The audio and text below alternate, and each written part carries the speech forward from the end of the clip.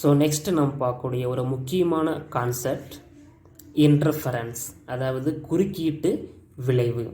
நம்ம இதை பற்றி லெவன்த்து லெசனில் படிச்சிருப்போம். இன்டர்ஃபரன்ஸ் அதில் பார்த்தீங்கன்னா 2 மெக்கானிக்கல் வேவ்ஸ் சூப்பர் இம்போஸ் ஆகும்போது, அதாவது 2 மெக்கானிக்கல் வேவ்ஸ் ஒன்றன் மேல் ஒன்று மேற்பொருந்தும் போது அதனோட இன்டென்சிட்டி எப்படி இருக்குன்ட்டு நான் பார்த்துருப்போம். ஓகேவா? பட் இங்கே நான் பார்க்க போகிறது 2 லைட் வேவ்ஸ் சூப்பர் இம்போஸ் ஆகும்போது அதனோட இன்டென்சிட்டி எப்படி இருக்குன்ட்டு நம்ம பார்க்க போகிறோம். Okay, the phenomenon of superposition of 2 light waves which produces increase in intensity at some points and decrease in intensity at some other points is called interference of light. அதாவது 2 light waves superposition, அதாவது super impose ஆகுது, ஒன்றன் மேல் ஒன்று மேற்பொருந்தது. அப்படி மேற்பொருந்தும் போது some பாயிண்டில் அந்த லைட்டோட இன்டென்சிட்டி இன்க்ரீஸ் ஆகும். சம் அனதர் பாயிண்டில் அந்த லைட்டோட இன்டென்சிட்டி டிக்ரீஸ் ஆகும். That is called as interference of light. Okay, அதாவது 2 ஒளி அலைகள் கூடுவதால் அல்லது அவ்வொளி அலைகள் ஒன்றன் மீது மற்றொன்று மேற்பொருந்துவதால் சில புள்ளிகளில் ஒளிச்செறிவு அதிகரிக்கும், வேறு சில புள்ளிகளில் ஒளிச்செறிவு குறையும் நிகழ்வுக்கு ஒளியின் குறுக்கீட்டு விளைவு என்று பெயர். நம்ம 2 லைட் வேவ்ஸ் கன்சிடர் பண்ணிக்கிறோம். இதில் 1 லைட் வேவ் பார்த்திங்கன்னா பாயிண்ட் பியில் மீட் ஆகுது. இது நம்ம ஃபஸ்ட் லைட் வேவ்னு எடுத்துக்கலாம், S1. இது செகண்ட் லைட் வேவ் S2. இது ரெண்டுமே பாயிண்ட் பியில் டிஃப்ரெண்ட் பொசிஷனில் இருந்து ட்ராவல் ஆகி பாயிண்ட் பியில் மீட் ஆகுது. ஓகேவா? இது ஒரு பொசிஷன், இது இன்னொரு பொசிஷனில் இருந்து ட்ராவல் ஆகுது. இது ரெண்டு இந்த பாயிண்ட் பியில் மீட் ஆகுது. ஓகே, இது நம்ம ஃபஸ்ட் லைட் வேவ்ங்கிறதுனால S1P, இது S2P. இது எப்படி ட்ராவல் ஆகும்? லைட்டு இந்த மாதிரி வேவாக தான் ட்ராவல் ஆகும்.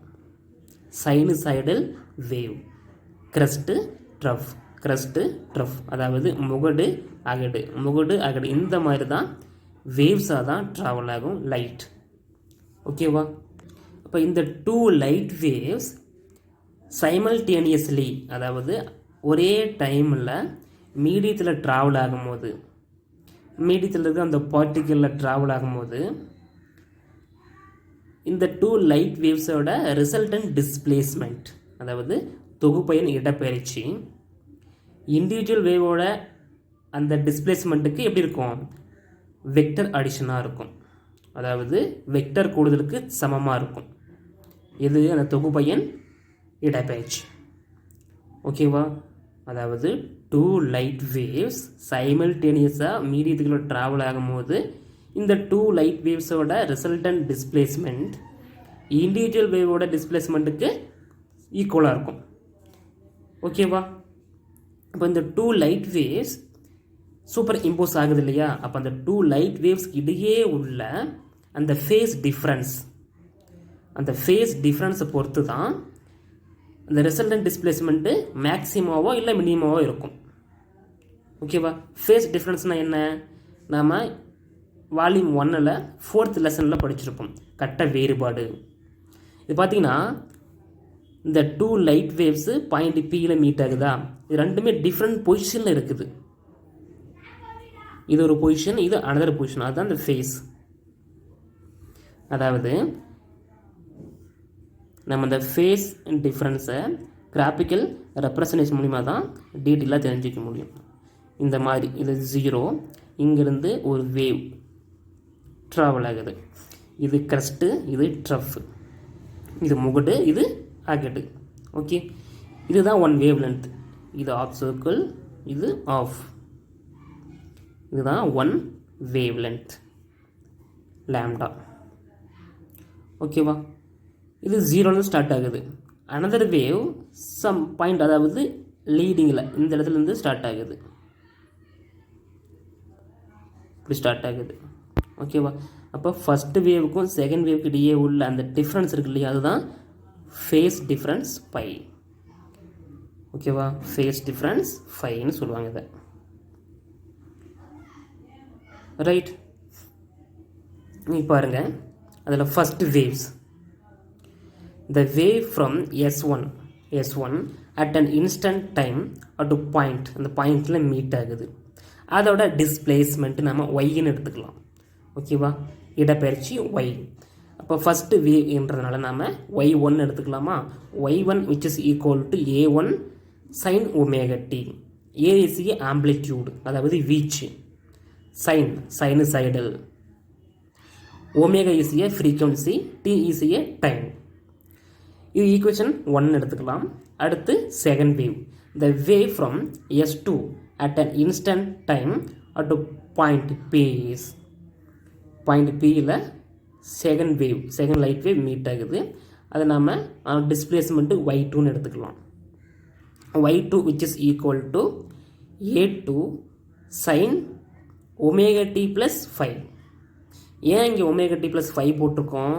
இந்த 5 is a phase டிஃப்ரென்ஸ், கட்ட வேறுபாடு. இது பார்த்தீங்கன்னா இது முன்னாடி இருக்குதா, இது கொஞ்சம் இது லீடிங்கில் இருக்குது, இது லேகில் இருக்குது. ஓகேவா, அப்போ இது ரெண்டுக்கு உள்ள அந்த ஃபேஸ் டிஃப்ரென்ஸ் அதுதான் நான் 5 போட்டிருக்கேன். ஓகேவா, omega t plus 5, equation number 2. இதில் பார்த்தீங்கன்னா நம்ம constructive interference and destructive interference நம்ம பார்ப்போம். அதாவது கன்ஸ்ட்ரக்டிவ்னா ஆக்க குறுக்கீட்டு விளைவு, கன்ஸ்ட்ரக்டிவ் இன்டர்ஃபரன்ஸ்னால் ஆக்க குறுக்கீட்டு விளைவு, டிஸ்ட்ரக்டிவ் இன்டர்ஃபரன்ஸ்னால் அழிவு குறுக்கீட்டு விளைவு. ரெண்டையும் நம்ம பார்ப்போம். அது எப்படி? வெரி சிம்பிள் தான். அதாவது ஆக்க குறுக்கீட்டு விளைவு கன்ஸ்ட்ரக்டிவ் இன்டர்ஃபரன்ஸ் அப்படின்னா, நீங்கள் சொன்ன இல்லையா வேவ், இந்த மாதிரி வேவ் நம்ம 2 வேவ் எடுத்துக்கலாம். இது 1 வேவ், இன்னொரு வேவ் நம்ம எடுத்துக்கிறோம் அந்த மாதிரி. ஓகேவா, ஸோ இந்த வேவ்ஸ்க்கு நம்ம எக்ஸாம்பிளுக்கு நம்ம வேல்யூஸ் கொடுத்துக்கலாமா. இது நம்ம 2ன்னு எடுத்துக்கலாம். இந்த வேவ்ஸ் அந்த க்ரஸ்ட்டுக்கு 2, இந்த ட்ரஃபுக்கு இது 3, இதுவும் 3ன்னு எடுத்துக்கலாம். ஓகேவா, இப்போ ரெண்டையும் ஆட் பண்ணலாமா. அப்படி ஆட் பண்ணோம்னா நமக்கு எப்படி கிடைக்கும்? 2 + 2 என்னோட வேவ், என்னோட ஆம்ப்ளிடியூட் கொஞ்சம் அதிகமாக கிடைக்கும். ஓகே, 3 + 3 அதுவும் கொஞ்சம் அதிகமாக இந்த மாதிரி கிடைக்கும். இதுதான் ஆக்க குறுக்கீட்டு விளைவு, அதாவது கன்ஸ்ட்ரக்டிவ் இன்டர்ஃபரன்ஸ். ஓகே, கன்ஸ்ட்ரக்டிவ்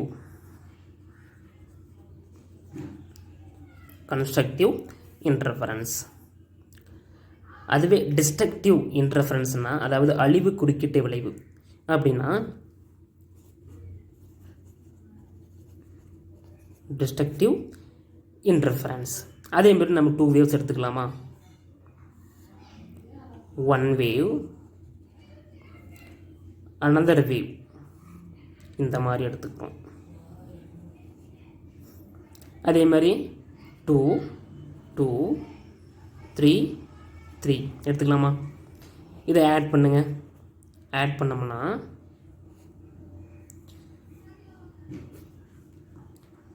2 இது க்ரஸ்ட்டு, அதாவது பாசிட்டிவ், இது நெகட்டிவ்.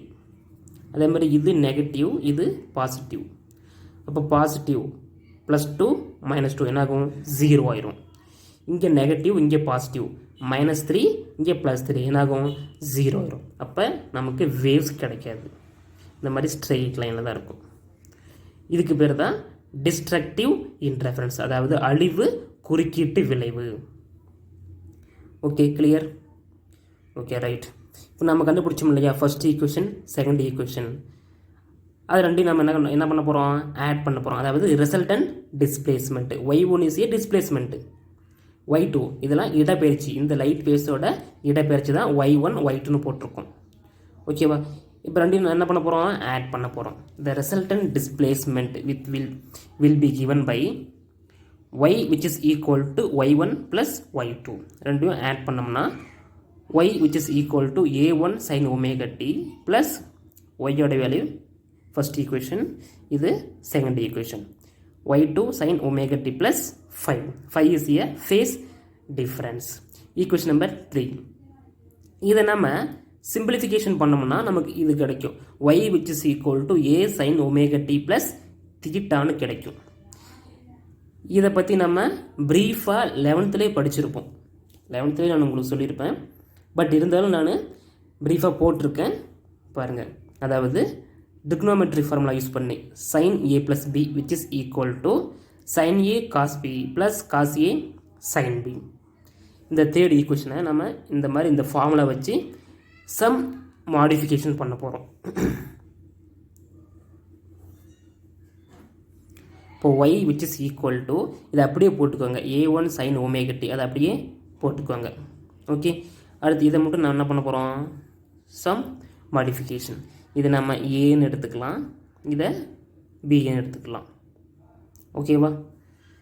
அப்போ y which is equal to a1 sin omega t அப்படியே போட்டுக்கோங்க ப்ளஸ் a2 sin ஏக்கு என்ன போடலாம், omega t போடலாமா?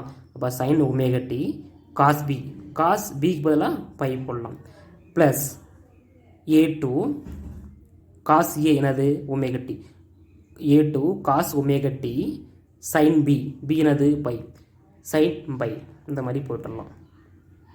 ஓகேவா? இதில் பார்த்தீங்கன்னா a1 இந்த இங்கேயும் a2 இருக்குது, இங்கேயும் a2 இருக்குது இல்லையா? ஓகே, அது அப்படியே இருக்கட்டும். a1 plus a2 cos pi, இந்த sin omega t sin omega t இதை நம்ம பொதுவாக எடுத்துக்கலாம். இப்போ a1 ப்ளஸ் a2 காஸ் எங்களுக்கு காஸ் பை இருக்கா, இங்கே போட்டுக்கலாம் ப்ளஸ் a2. இது நம்ம என்ன பண்ண போகிறோம்னா லைட்டாக சேஞ்சஸ் பண்ணிக்கிறோம். அதாவது sin பை முன்னாடி கொண்டு வந்துடுறோம், காஸ் omega t என்ன சரி கொண்டு போயிடும். அவ்வளோதான் changes. a2 sin pi cos omega t இது வேணாம், இது அப்படியே இருக்கட்டும்.